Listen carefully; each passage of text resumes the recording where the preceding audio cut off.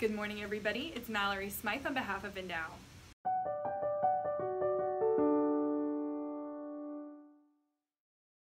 When I was a missionary, one of my favorite stories to read through was the commissioning of Isaiah in Isaiah chapter 6. And in this story, Isaiah has a vision, and in the vision, he's in this temple, and he sees the bottom of the cloak of God filling the temple. And he sees before him 6 winged seraphim, 2 wings to cover their eyes, 2 to cover their feet, and 2 to fly. And they're calling out to one another, "Holy, holy, holy is the Lord God of hosts." And as Isaiah is in this scene, all he can say is, "Woe is me. I am a man of unclean lips."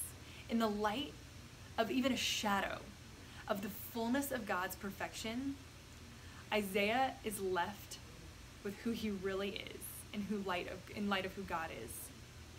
And so one of the seraphim grabs a hot coal, touches it to his lips, and says, "You are made clean."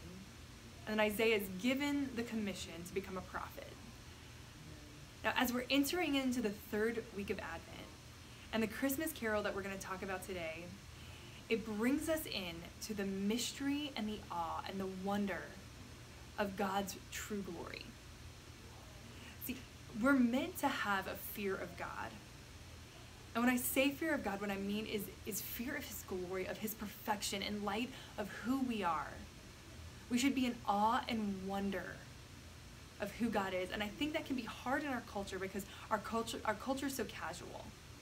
Everything's casual in our culture, even our relationship with God.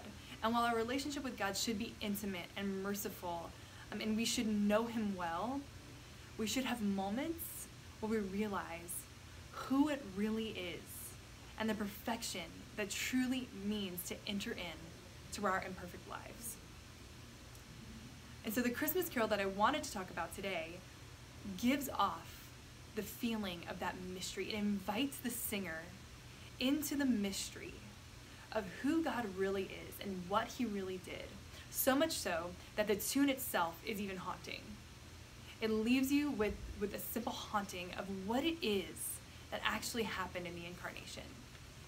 And so the name is called "Let All Mortal Flesh Keep Silence."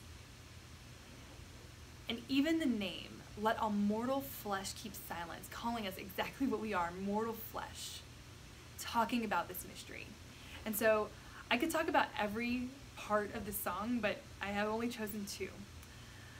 The first is the first verse. It says, "Let all mortal flesh keep silence, and with fear and trembling stand. Ponder nothing earthly minded. For with blessing in his hand, Christ our God to earth descendeth, our full homage to demand."